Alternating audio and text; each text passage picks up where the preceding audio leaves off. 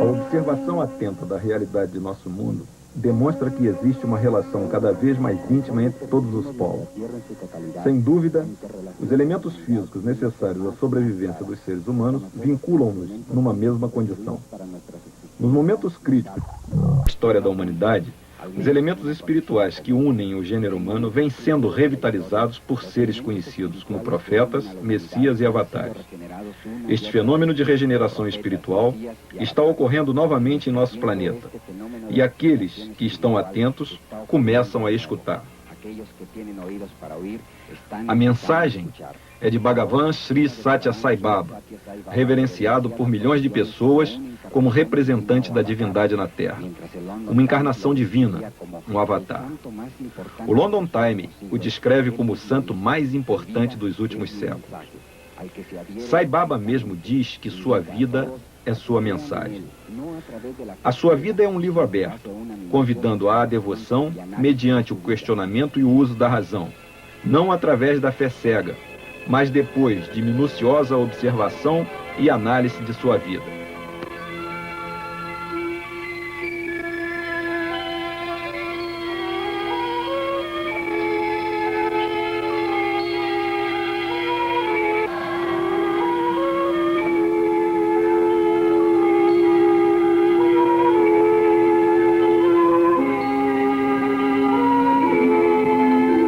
O vilarejo de Puttaparthi está situado às margens do rio Chitravati, a 127 milhas, cerca de 200 quilômetros ao norte da cidade de Bangalore. É muito pequeno para ser visto no mapa. O humilde povoado é abençoado por templos hindus e uma mesquita. Seus habitantes vivem da mesma forma que seus ancestrais viveram por séculos e séculos sem mudar nada. No amanhecer do dia 23 de novembro de 1926, em um lar humilde, as orações de uma piedosa mulher indiana foram ouvidas e ela deu à luz a um menino.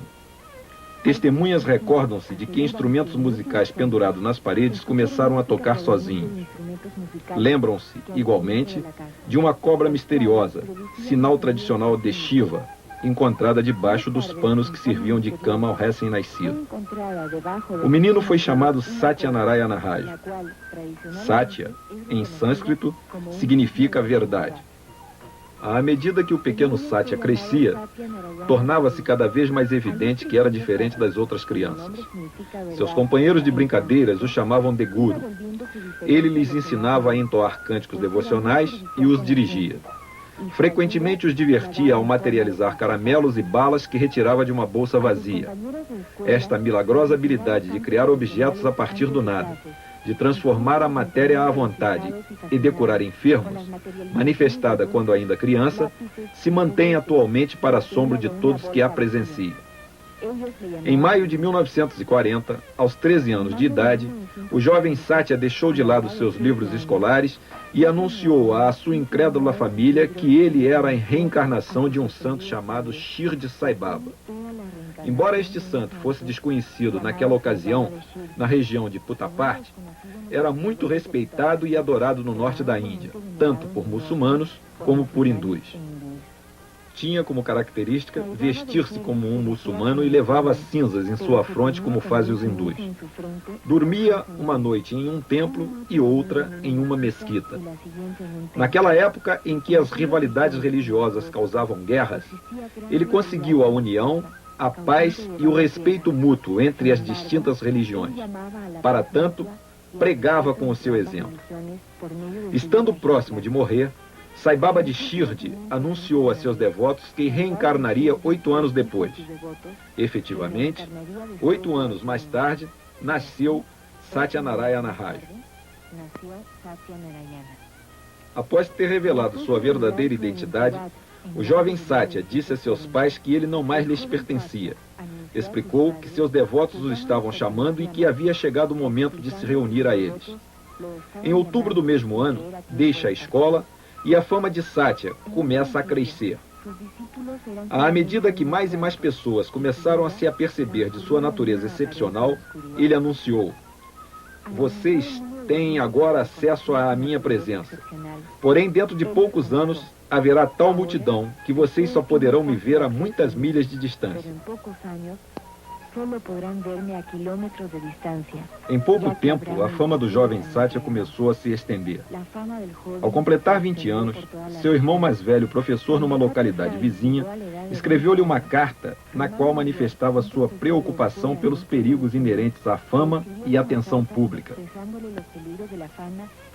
Satya respondeu ao irmão em 25 de maio de 1947 com uma carta onde, em certo trecho, diz: "Meu querido, deixa-me dizer-te que é impossível sondar os corações e ainda mais descobrir a natureza daqueles que conseguiram conhecimento espiritual. Devemos ater-nos a nosso próprio caminho sem sermos afetados pela opinião pública. Os grandes seres não devem se orgulhar quando as pessoas os elogiam, nem se ofender quando os desprezam. Somente eles conhecem o caminho que devem seguir. Sua sabedoria regula suas ações e, portanto, as santifica. A confiança em si mesmos e suas atividades benéficas são as qualidades especiais que os distinguem. Por que te preocupas se eu permaneço fiel a estas coisas? Além de tudo, a reprovação ou os louvores do povo não tocam nem afetam a realidade. Tais coisas só podem atingir a aparência física externa. Tenho por missão nutrir a humanidade e assegurar-lhe uma vida plena de bem-aventurança. Não renunciarei a tal propósito, nem a minha determinação de cumpri-lo. Sei seguramente que o posso realizar. Com a mesma equanimidade, trato a honra e a desonra, fama ou prestígio, que possam vir como consequência de minha tarefa. Eu me conduzo e ajo somente para o benefício de toda a humanidade. Ninguém pode compreender intelectualmente minha glória, não importa quem seja, qual o seu método de investigação ou quão grandioso seja o seu intento. Tu mesmo poderás ver a plena glória nos anos vindouros. Não preciso escrever estas palavras. Só o faço porque sinto que te sentirias triste se não o fizesse. Teu Baba. Desta maneira, em 1947, Satya Sai Baba deu a seu irmão mais velho uma visão perfeita do futuro. Nos primeiros anos, não havia nenhum ashram em Puttaparthi. Em 1950, começou a construção de uma sala de oração ao pé de uma colina nas proximidades da vila. Em seguida, outros edifícios foram se agregando e o lugar recebeu o nome de Prashanthi Nilayam, morada da Eterna Paz. Este primeiro ashram tinha suficiente capacidade para abrigar a crescente quantidade de devotos que, irresistivelmente, sentiam-se atraídos ao jovem Satya. A partir de 1960, o nome Sai Baba ficou conhecido em toda a Índia. Nos festivais religiosos, os devotos se reuniam em quantidades que chegavam em torno de 30 mil pessoas, vinda dos mais remotos lugares de todo o país. Hindus de diversas seitas, muçulmanos, sikhs e cristãos. Eram pessoas que guardavam em suas memórias recentes recordações das guerras e choques religiosos ocorridos após a separação do país em 1947, isto é, há menos de 20 anos antes. Os devotos sentiam o poder curativo e unificador de Sai Baba e sua mensagem de amor universal. Ao completar 62 anos, Sai Baba abençoou os seus devotos de um helicóptero devido à quantidade de pessoas que já chegava perto de 700 mil. A liberdade pessoal do menino pobre de Puttaparthi havia se transformado em um voluntário confinamento de alguém sem privacidade, constantemente observado e adorado por seus devotos, sempre ansiosos de uma palavra, de um olhar, que o convertera, assim, num cativo do amor que ele mesmo inspirava. O que mais chamou a atenção dos observadores de Sai Baba não é só o fato de seu nascimento ter realizado a profecia de Sai Baba de Shirdi e de sua vida estar confirmando o que ele mesmo anunciara a seu irmão, senão de uma maneira quase exata, confirmando uma profecia feita há mais de 5.000 anos.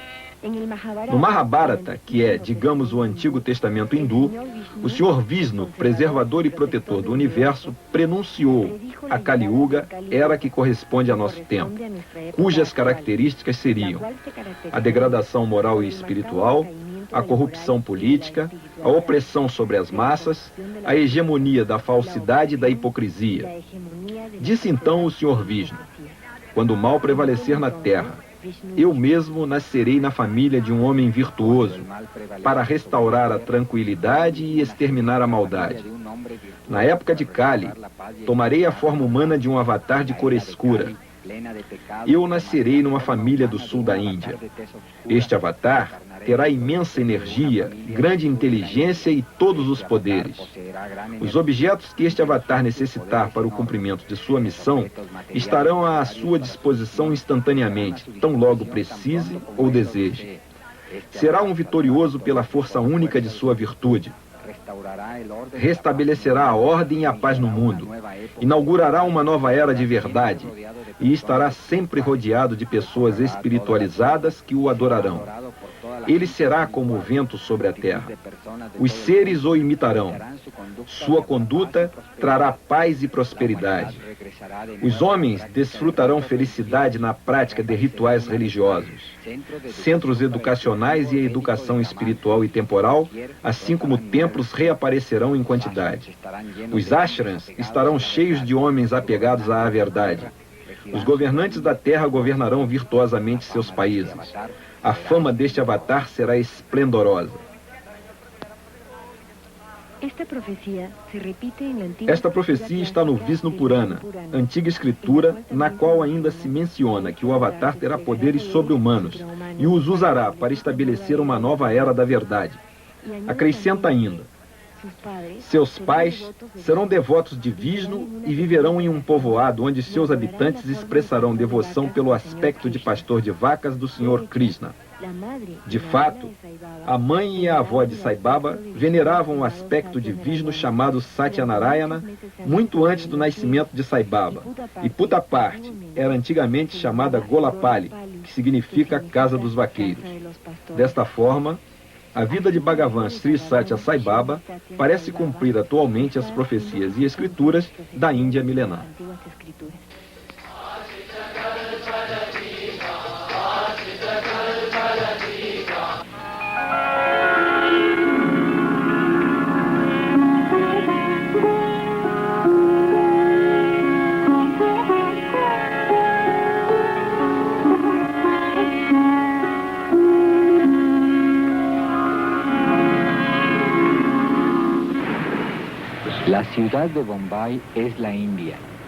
A cidade de Bombaim é um mundo em microcosmo, pois contém a sofisticação da vida contemporânea assentada sobre um leito de pobreza e necessidade que reflete desde tempos imemoriais a condição humana.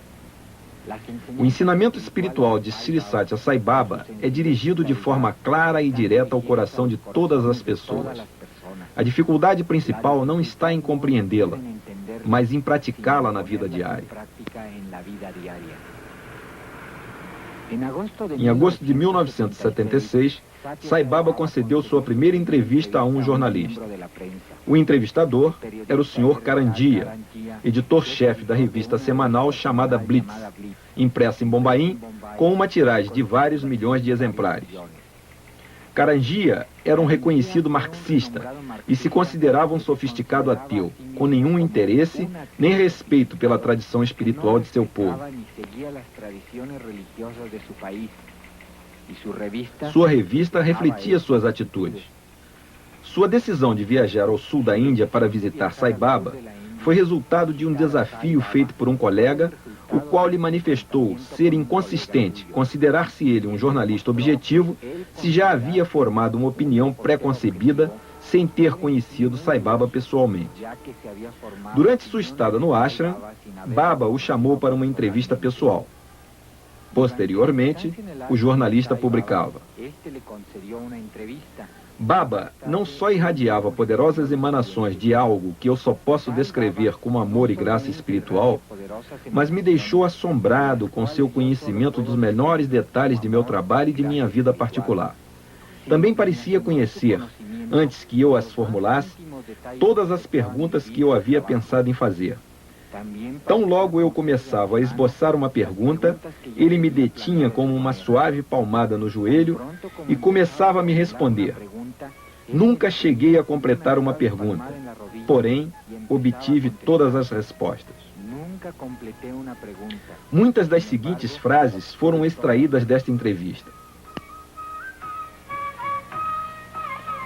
Muchas de las siguientes frases han sido extraídas de esa entrevista.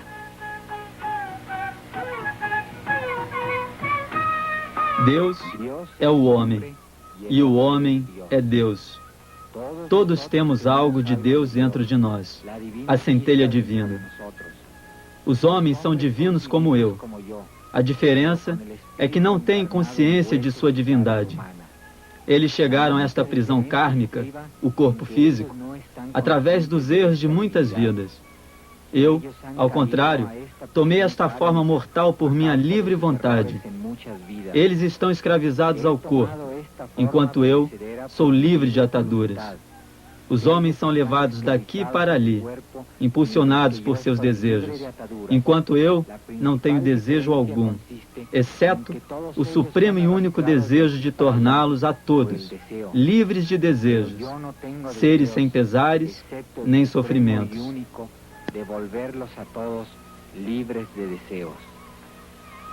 Cada vez que a discórdia, a desarmonia e a rivalidade se apoderam do mundo, Deus encarna em uma forma humana para mostrar a todos o caminho do amor, da harmonia e da paz.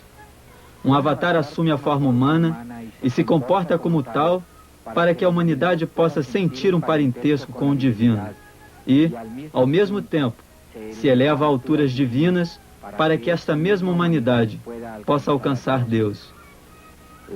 A realização do Deus interno, morador do coração, motivador da vida, é a tarefa para a qual desce o avatar.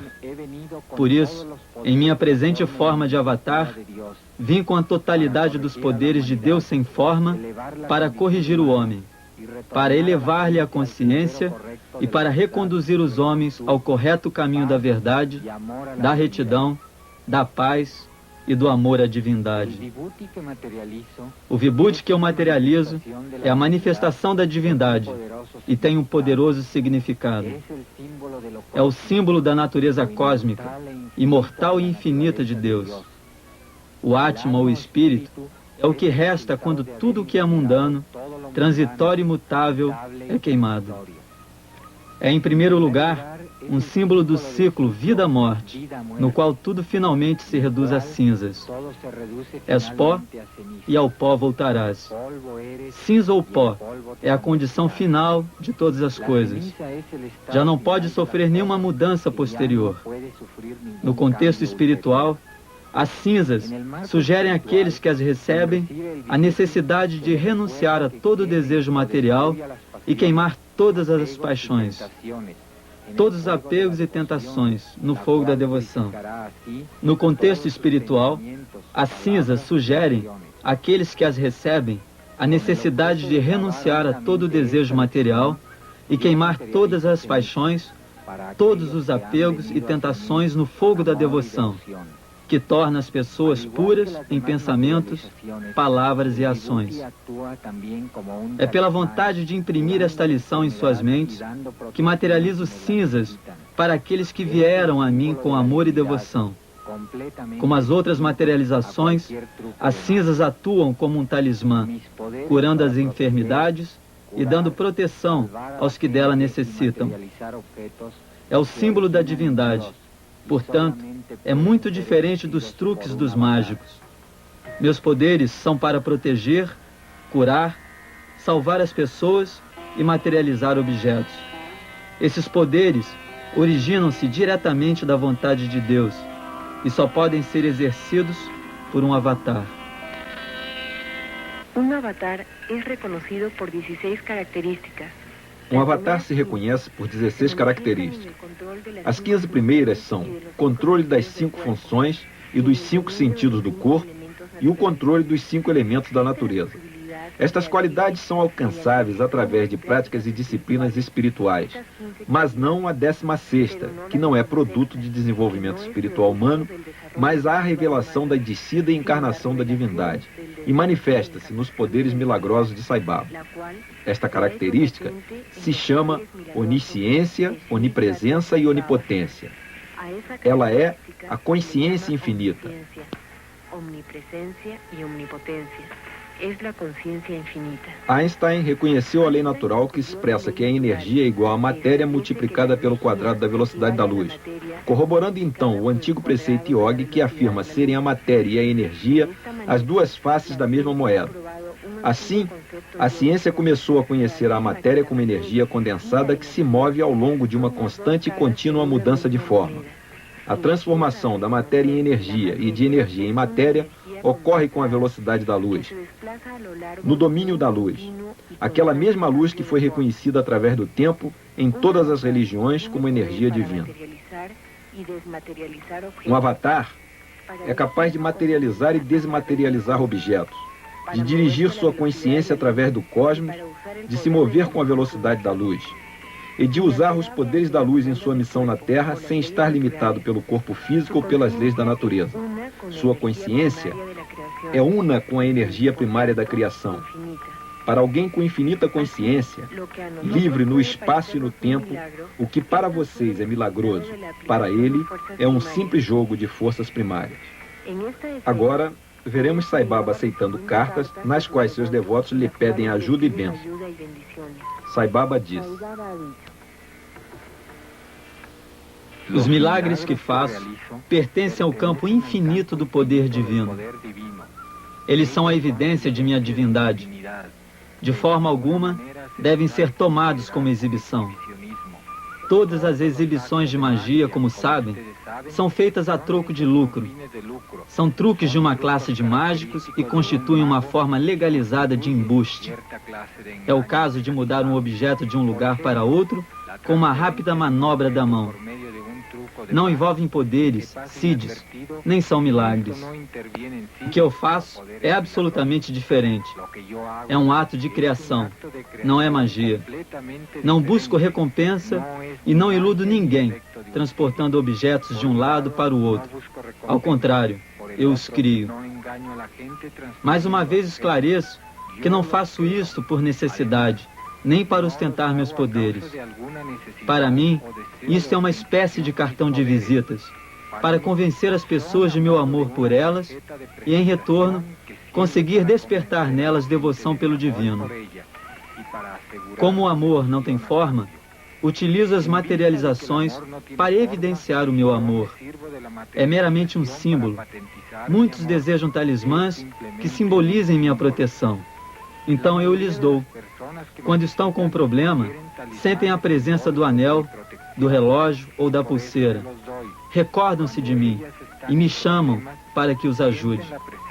Por outro lado, se eu lhes desse algo que não pudessem usar, provavelmente o guardariam em algum lugar e o esqueceriam. Estes talismãs dão às pessoas uma ideia de proteção e segurança, que necessitam nas horas de crise, e criam um laço simbólico, cobrindo grande distância entre mim e eles. Quando os devotos precisam de mim, estes objetos irradiam a mensagem como se fossem um radiotransmissor, e eu vou imediatamente em seu auxílio. Posso curar, salvar e até ressuscitar pessoas se elas tiverem uma condição espiritual receptiva. É como os polos positivos e negativos da eletricidade. Minha capacidade é o polo positivo e a devoção dirigida a mim, o polo negativo. Uma vez juntos, dão lugar àquilo que se tem chamado milagre da cura. A mente humana é a verdadeira responsável pela enfermidade e pela saúde. É por si só a causa das mesmas. Por isso, Quando chega o momento da cura, a mente deve gerar fé suficiente para alcançar tal propósito. Tudo o que faço é dar-lhes confiança, a vontade e o poder de se curarem a si mesmos. É a abundância de meu amor, reciprocamente correspondido pela fé que os devotos têm em mim, que produz os resultados desejados.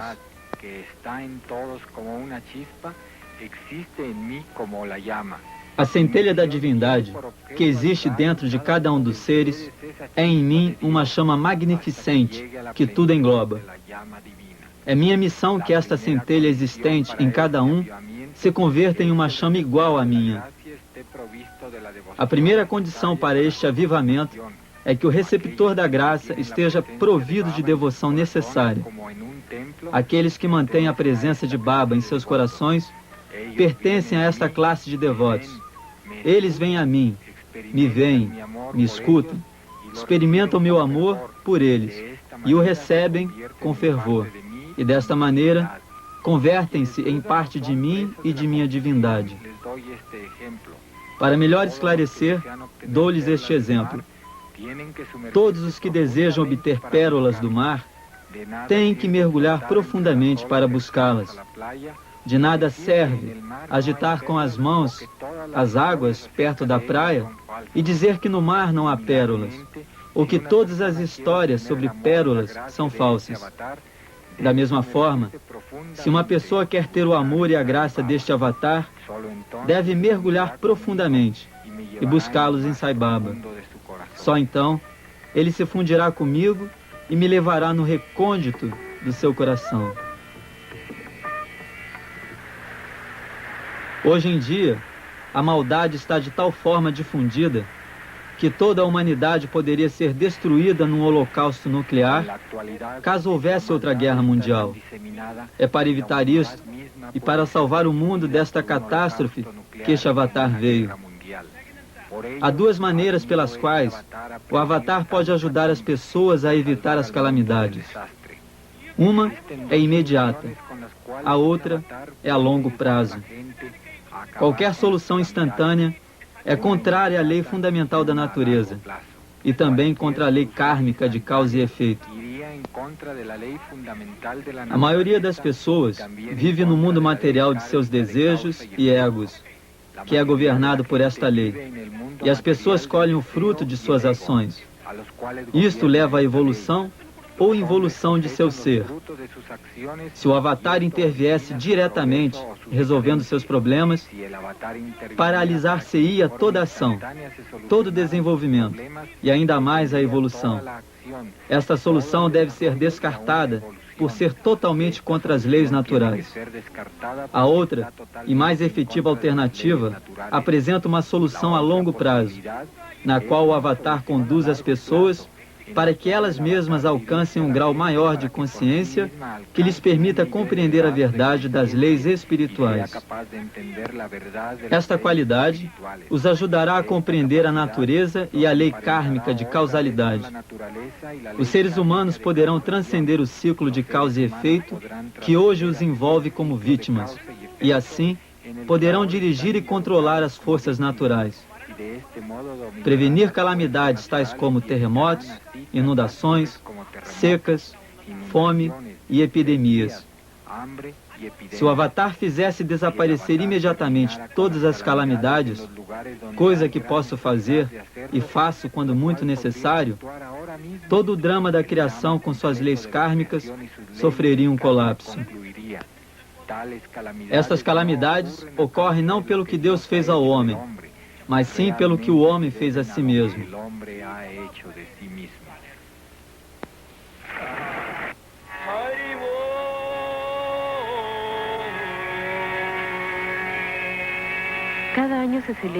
Cada ano, um festival chamado Dasara é celebrado em toda a Índia, inclusive em Prashant Nilayan, durante 9 dias.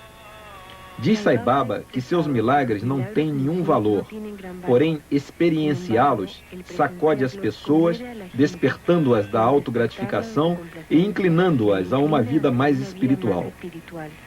Talvez a mais dramática de tais experiências seja o Vibhuti Abhishekam, uma produção de Vibhuti em enormes quantidades que ocorre durante o festival de Dasara.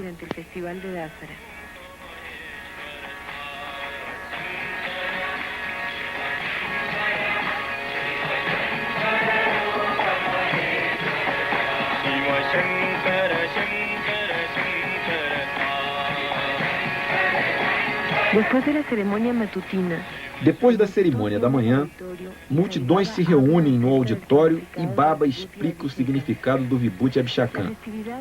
A estátua de prata de Shirdi Sai Baba, a encarnação anterior de Bhagavan, é lavada e secada com muita devoção. Um colar é materializado por Baba com o esvoaçar de sua mão e colocado cuidadosamente na imagem. Uma vasilha de madeira é colocada de boca para baixo sobre sua cabeça. Baba começa a agitar a mão no interior da vasilha, deixando cair grandes quantidades de cinzas que cobrem a estátua com uma inebriante fragrância. Es notable observar que, a pesar de que el jarrón está boca abajo, quando Baba, por um momento, retira a mão de dentro da vasilha, as cinzas deixam de cair, mostrando aos espectadores desconfiados que a vasilha vazia necessita da mão divina para que a cinza seja produzida. O fluir recomeça assim que Baba reintroduz a mão. Nestas ocasiões, a lógica nos desampara porque, na perplexidade, não percebemos que aquele que pode produzir cinza à vontade, usando uma vasilha vazia, também pode deter à vontade o fluxo. E então, começamos a questionar sobre quando o fluir se interrompe e quando se reinicia. De esta manera, que la caída cese es tan sorprendente como que se inicie.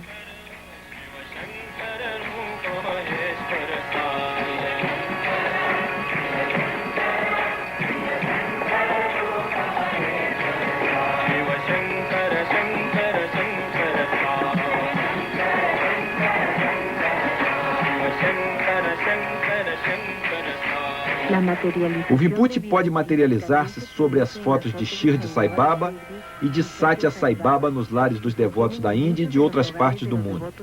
No salão de bhajans do lar do Sr. Krupana, em Bangalore, muitas fotos têm estado estudando Vibhuti por mais de uma década.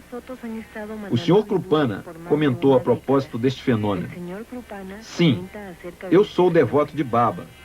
Vivo aqui com minha mulher e a família de meu primo. Não há nada de especial nesta casa. Aonde eu vou, levo as fotos comigo e o Vibhuti começa a materializar-se nelas. Todos podem vê-lo. Muitos o apreciam. Estas cinzas são para distribuir, não para guardar. Nós damos tudo o que se materializa. Uma pitada de Vibhuti em um copo de água é remédio que cura e pode ser usado para qualquer enfermidade. O mais importante é tomá-lo com fé. Você deve ter fé em Baba e no Vibhuti, e todas as doenças poderão ser curadas. Depois de visitar a Índia em 2 oportunidades para observar e documentar os milagres de Sai Baba, o Dr. Carlos Ozies, da Sociedade Norte-Americana para Investigação de Física, escreveu: sou um investigador há 25 anos. Tenho viajado muitíssimo, porém em nenhum lugar encontrei fenômenos que determinassem tão indiscutivelmente uma realidade espiritual como os fenômenos cotidianos que se sucedem em torno de Sai Baba. Apesar disto, a relação de Sai Baba com a ciência continua sendo uma controvérsia. Na reportagem de Karandia, Sai Baba disse a respeito: a lei que expressa que nada pode ser criado a partir do nada só é válida para o limitado campo da ciência. Porém, não se pode aplicar de nenhuma forma ao campo transcendental da espiritualidade. Neste campo, tudo pode ser criado a partir da vontade suprema. Tudo o que existe pode desaparecer, e aquilo que não existe pode aparecer. Quando perguntaram a Baba como foi criado o universo, respondendo a partir do princípio divino e eterno, disse: não havia quem me conhecesse até que eu fizesse o universo à minha vontade com uma só palavra. Imediatamente apareceram as montanhas, os oceanos, o sol, os mares, os continentes, a lua, os desertos. Os rios começaram a fluir, o céu acima e a terra abaixo. E todo o universo surgiu para provar minha existência. Depois, vieram todas as formas de seres, homens, animais e pássaros, escutando, falando e voando. O primeiro lugar foi concedido ao ser humano, e o conhecimento foi colocado em sua mente.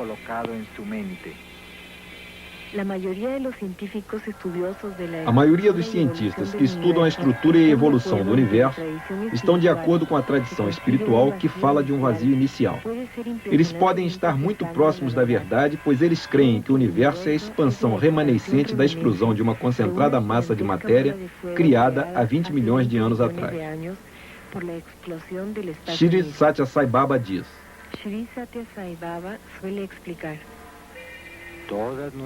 todas as escrituras afirmam que Deus está presente em cada um de nós. A divindade é o Uno manifestado no mundo real, que dirige e governa todo o universo. Não existe exceção da divindade. Assim, os planetas seguem suas órbitas, as estrelas seu caminho, o sangue seu pulsar. Para que tudo isto exista de forma constante, há uma força divina que o sustenta.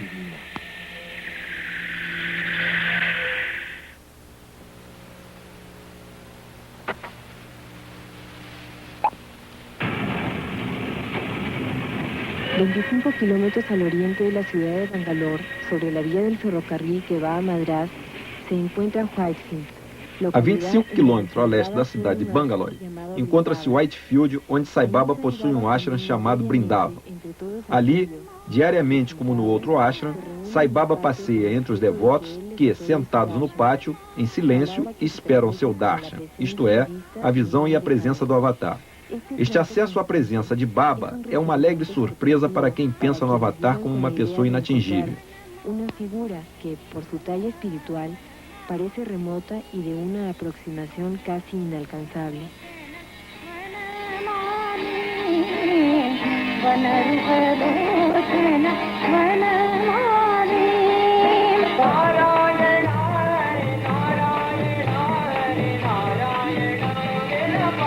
Mientras recibe cartas, enquanto de uns aceita cartas que pedem ajuda e orientação material e espiritual, para outros produz vibhuti e o entrega de mão em mão.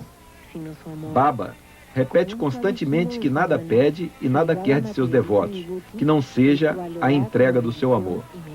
Sai Baba diz: venham a mim com as mãos vazias e eu as encherei de bênçãos.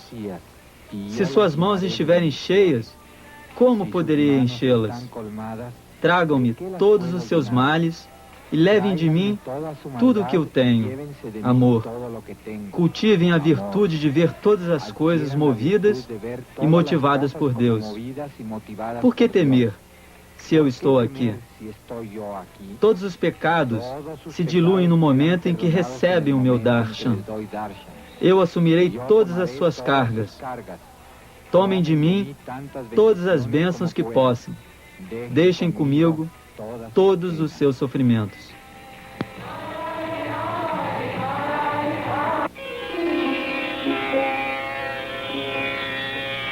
Junto a su residencia se halla el Colegio de Artes, Ciencia y Comercio para Varones Satya Sai. Aqui se iniciou nos últimos anos da década de los 60. Encontra-se em Brindavan o Colégio Satya Sai de Ciências, Artes e Comércio para Rapazes. Foi aqui que começou, no final da década de 60, o programa de educação integral. O financiamento e construção de estabelecimentos educacionais estão a cargo do Fundo Central de Educação, através do Banco da Índia, que aceita doações exclusivamente para este propósito. Este colégio é o núcleo de um número crescente de instituições educacionais em toda a Índia. Desde o ano de sua abertura, os colégios de Sai Baba são considerados os melhores do país, e seus estudantes figuram entre os primeiros colocados nos exames anuais. Os programas educacionais são para futuros cidadãos que não viverão como monges ou eremitas, mas serão pais de famílias, participantes do mundo material. Sai Baba vê o futuro da Índia completamente unido a um renascer educativo. Muito do seu tempo é dedicado às escolas primárias e secundárias. Mucho de su tiempo lo ha dedicado al establecimiento de escuelas básicas y universidades.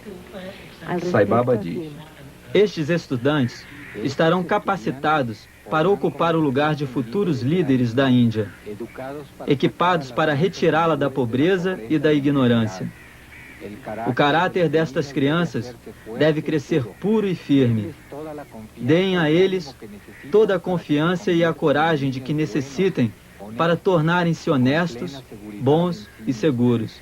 Em 1971, na inauguração do Colégio de Artes e Ciências para Moças em Anantapur, Sai Baba falou: esta é uma instituição que propicia educação e prepara gerações de adolescentes para se fazerem melhores mulheres e melhores cidadãs. A educação deve abrir-lhes os olhos e permitir-lhes reconhecer o Uno através da multiplicidade. Quando o Uno é reconhecido, todas as coisas podem ser vistas clara e facilmente. Busquem incessantemente a verdade imensa, cósmica, toda abrangente. Não fiquem satisfeitas com fragmentos mesquinhos e triviais de meras informações intelectuais. Busquem o conhecedor que está por trás do processo de conhecer. Esta é a verdadeira vitória. A um grupo de estudantes que visitavam o ashram, Sai Baba sugeriu: vocês devem aprender a ser um novo tipo de líder, apurados na prova do serviço com devoção e prática espiritual. Líderes que tenham passado pelo colégio e pela universidade e se doutoraram nos problemas do presente e do futuro, à luz da sabedoria do passado. Líderes que apreciam a cultura e as tradições deste país. O sentido da educação é, entre outras coisas, ensinar as leis e propriedades da matéria. Deve também inteirar o educando sobre as leis e componentes da personalidade humana e promover o discernimento. A educação não merece tal nome a menos que ordenhe o leite da bondade, humanidade e fraternidade, e faça algo pela difusão universal de tais sentimentos, ensinando simultaneamente um conhecimento intensivo e extensivo da natureza do homem e da sociedade. A educação deve também ser útil a homens e mulheres em suas vidas diárias. Só uma vida de disciplina e integridade pode salvar da ruína a cada um e a sociedade. Não existe outro remédio. A educação tornou-se um negócio que resultou em uma política sem princípios, educação sem caráter, ciência sem humanidade, comércio sem ética. Todos juntos, além de inúteis, são dramaticamente perigosos. Deve-se dar aos jovens um curso regular sobre a disciplina da meditação, de tal maneira que possam reconhecer as profundezas de sua própria personalidade e infinitas potencialidades. É um direito de cada buscador da verdade, em qualquer parte da Terra. É a verdadeira riqueza à disposição do homem para salvá-lo da miséria. Tudo mais são sombras, castelos no ar, miragens que por fim morrem com o corpo que lhes deu vida. Sai Baba frequentemente preside casamento de devotos. Neste, materializa a aliança simbólica como parte da cerimônia. Sai Baba diz: antes de se casarem, o amor de cada um estava separado. Agora, todo o amor de vocês deverá juntar-se e florescerá realmente. O casamento implica toda a vida, não uns poucos dias, semanas ou anos. Deus criou o laço do casamento. É para autocontrolar-se que duas individualidades se unem. É para matar o ego que duas almas se juntam. Assim, aprendam a ajustar-se um ao outro e a esquecer seu ego. O mais importante é a compreensão. Então, a adaptação torna-se fácil com o tempo. Ambos devem compreender-se. Não pensem no passado. Vivam o presente e deem o melhor de vocês. Este é um vínculo sagrado. uma promessa que um faz ao outro, porque a esposa é a metade do esposo, e este a metade da esposa. Meio mais meio não fazem dois, senão um. Antes do casamento, vocês eram um eu individual. Agora não são eu, senão nós. Em todas as dificuldades, em todas as alegrias, em toda a dor, em todos os prazeres da vida, não são mais seres individualizados. Agora, o eu se converteu em nós. Esta é a verdadeira promessa sagrada. Tudo hoje tende à separatividade, não à união. A vida está cheia de problemas. Não se separem por causa deles. Enfrentem-nos juntos. Hoje, diante da menor dificuldade, vem a separação. Esta não deve ser a tendência. Vocês devem aprender a se adaptar. Estar casado é entregar o coração ao outro, é o amor, não a luxúria, a essência de uma vida feliz. Comecem o dia com amor. Encham o dia com amor. Vivam o dia com amor. Terminem o dia com amor. Este é o caminho para Deus.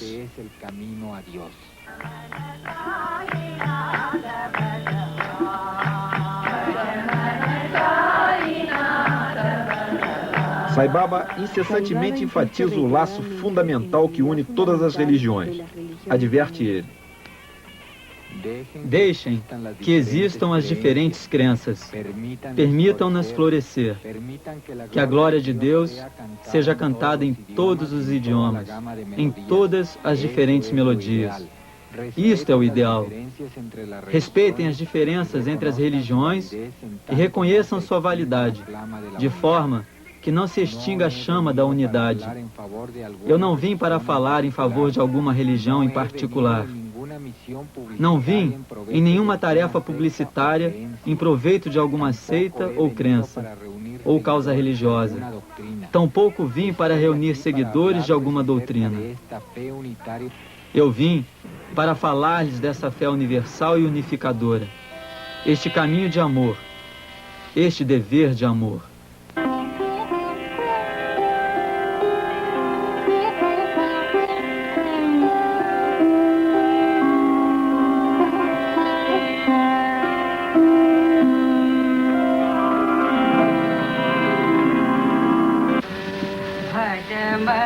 El nacimiento de Cristo es otro día festivo que se celebra en la O nascimento de Jesus é um grandioso festival que se celebra no ashram de Sai Baba, confirmando que a verdade é uma e que todas as crenças são ângulos diferentes desta verdade única.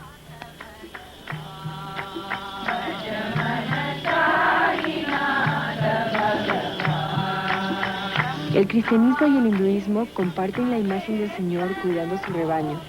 Jesucristo como el pastorcillo de ovejas en Israel y Sri Krishna como el pastorcillo de vacas en Vrindavan. Durante as comemorações de Natal, Sai Baba falou sobre Cristo. Jesus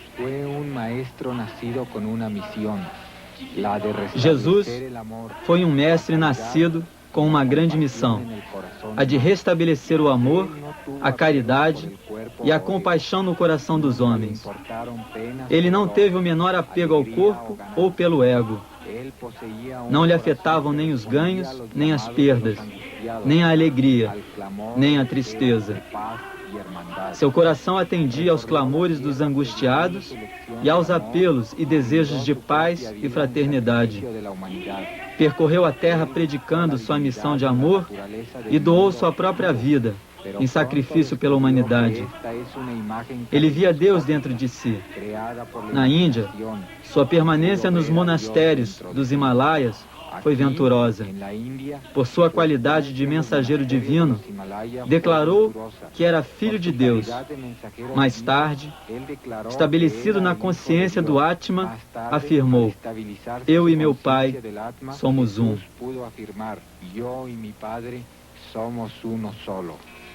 Dr. John Hislop, presidente do Conselho Satya Sai da América, relata o que aconteceu quando Sai Baba criou um crucifixo singular, o qual lhe foi dado. Estávamos na Índia, na selva de Bandipur, na data do Shivaratri, e Baba, acompanhado de vários devotos, percorria o bosque procurando um lugar onde pudesse efetuar o ritual. Finalmente encontramos o leito seco de um rio e à tarde regressamos todos àquela paragem. Deixamos o carro e começamos a descer o dorso de uma colina fronteira ao rio até chegar ao fundo. Por casualidade, eu caminhava perto de Sai Baba e quando passamos junto a um arbusto, ele tomou 2 raminhos em sua mão. Formou uma cruz com eles e me perguntou: Hislop, que é isto? Eu respondi: é uma cruz, Swami. Logo, fechou os raminhos em sua mão e depois de soprar 3 vezes sobre ela, abriu-a. Ali estava o crucifixo que veem agora. Posteriormente acrescentou: este é Cristo como realmente estava na cruz, não como os artistas e historiadores o representam. Tinham o estômago fundo devido aos dias que passara sem comer. Ao ver o crucifixo, disse: Swami, o que é este orifício na parte superior da cruz? E ele respondeu: este orifício foi feito com o objetivo de pendurar a trave a uma coluna. E acrescentou: a madeira desta cruz é parte da mesma madeira da cruz onde Cristo foi crucificado, e devo dizer que empreguei algum tempo e esforço para achar um fragmento desta madeira. Não esqueça que se passaram 2000 anos.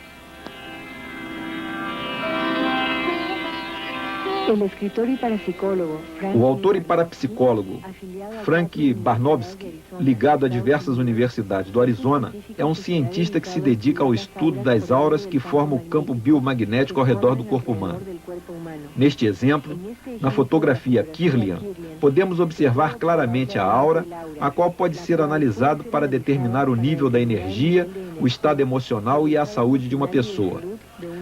Fala professor Barnowski. Cheguei à Índia como um pesquisador científico com o propósito de estudar a aura humana. Ouvira falar muito sobre Satya Sai Baba por parte de vários colegas. Alguns parapsicólogos, outros psiquiatras, enfim, todos cientistas que haviam chegado à Índia e, quando em contato com ele, haviam se transformado. Já não eram os mesmos de antes. Como dizia, escutava muito sobre Sai Baba, de tudo o que era capaz de fazer, de suas faculdades para curar e comunicar-se telepaticamente com seus devotos com o fim de ajudá-los. Numa manhã de domingo, muito cedo, estava em sua varanda a dar suas bênçãos aos devotos que cantavam no pátio. A aura que Baba projetava era algo mais que o imaginável, quase impossível de descrever. A aura era branca e 6 ou 7 vezes maior do que a de um homem comum. E mais além, havia uma de cor azul. E esta era ilimitada realmente. Havia também feixes dourados e prateados. Tudo isto quer dizer que a aura que Swami projetava era diferente de todas quantas antes eu havia visto. Realmente ultrapassava os contornos dos edifícios circundantes. Observei Sai Baba pelas manhãs e tardes, durante mais de uma semana, e o vi caminhar entre as pessoas, e sempre vi esta aura, esta irradiação. A maior parte do tempo com faixas azuis, que para o investigador significa espiritualidade. As faixas rosadas ultrapassavam qualquer imaginação, pois indicavam um amor desinteressado e sem limites. Conforme caminhava, os devotos tocavam-lhe os pés e era assombroso ver como a aura de algumas pessoas cheias de negatividade mudava instantaneamente quando a parte da aura de Swami se intermesclava com a deles. A energia de Baba é inesgotável, parece que nunca se cansa. Observei-o ao aproximar-se de uma menina em cadeira de rodas quando ele a afagava. Assombrou-me a aura de amor que os envolvia, o que confirma o amor intenso que Swami sente pelos seres humanos. Tenho estado em contato com muitos homens santos, porém nenhum deles é tão acessível a seus devotos como Sai Baba.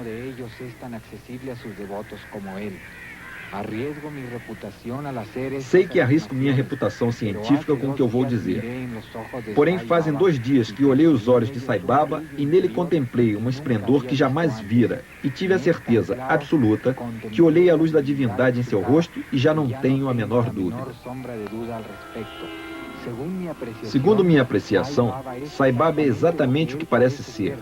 exatamente aquilo que quer que nós sejamos, aquilo que exige que devemos ser, amor. Ele é justamente isto, amor.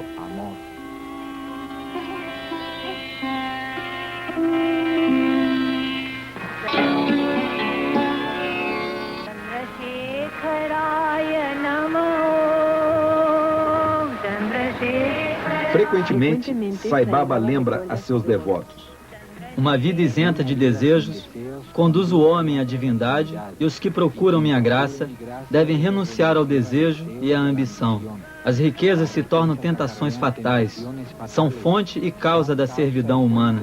Uma vida sem desejos significa a realização do puro ser, que é a alma. Quando se dá rédeas ao desejo, cai-se no egoísmo. A alma se transforma em ego. O caminho da realização é a eliminação do ego. Quando isto acontecer, vocês ascenderão ao estado de consciência acima do intelecto e da mente. Isso desvelará o ser, que é o Deus mesmo. A mente é comparável a um pano que cobre e afoga a consciência. Os fios que tecem tal pano são os muitos desejos. Se renunciarmos a estes, os fios se rompem e o pano se desfaz. E com isto, se desvela nossa verdadeira natureza. É o que os Vedas querem dizer quando indicam que se deve descartar o ego para se obter a autorrealização. Dessa forma, a mente tem que ser superada até atingir a consciência, a fim de alcançar a infinita alma universal. O ser encarnado deve acabar com a mesquinha e angustiante prisão da personalidade. Os desejos pertencem aos sentidos, ao cérebro, à mente. Uma vez que o homem se liberte deles, realiza-se o ser. A consciência do Atma se ilumina e o ente humano se torna uno com o poder cósmico. Desta maneira, o homem alcança Deus. Aqueles que querem me entender são bem-vindos aqui. O espírito de investigação é importante. Eu não os convido a vir aqui para se inclinarem diante de Deus. Quero que venham, vejam, escutem, estudem, observem, experimentem e se deem conta de quem é Baba. Só assim poderão me entender e apreciar o Avatar. Satya Sai Baba não somente profetizou o curso de sua vida. Ele disse que assim como nasceu 8 anos após a morte de Baba de Shirdi, sua terceira encarnação, que será chamada Prema Sai, ocorrerá exatamente 8 anos após a sua própria morte física. Escutemos suas palavras. O presente Avatar veio com a tarefa de fazer com que todos vocês se deem conta que Deus, ou a divindade, reside em cada um. As pessoas deveriam mutuamente se respeitar, amar e ajudar uns aos outros, independentemente de cor, casta ou credo. Assim, qualquer ação se transformará em ato de adoração. Finalmente, Prema Sai, o terceiro avatar, difundirá a mensagem de que não somente Deus mora em todos, mas que todos são Deus. Este será o último conhecimento que permitirá ao homem elevar-se a Deus e converter-se no próprio Deus. Em todo o universo, não há outro planeta que tenha vida humana ou uma forma de vida similar. A vida humana é muito sagrada e deve ser considerada de alto valor. Toda manifestação de vida aspira por um nascimento humano. Só através da forma humana, Deus pode ser realizado. Aqui e agora é a oportunidade de realizar a meta suprema da vida. O propósito desta tríplice encarnação é de unir toda a raça humana numa só família, com o preceito de que a divindade, que é a realidade átmica, mora em todo homem e em toda mulher, que constitui a base sobre a qual repousa a totalidade do cosmos. Uma vez que isto se realize, a herança divina comum, que une o homem ao homem e o homem a Deus, será evidente, e o amor prevalecerá como a luz que guiará o universo. Só há uma casta, a casta da humanidade. Só há uma linguagem, a linguagem do coração. Só há uma religião, a religião do amor. Só há um Deus, e Ele é onipresente.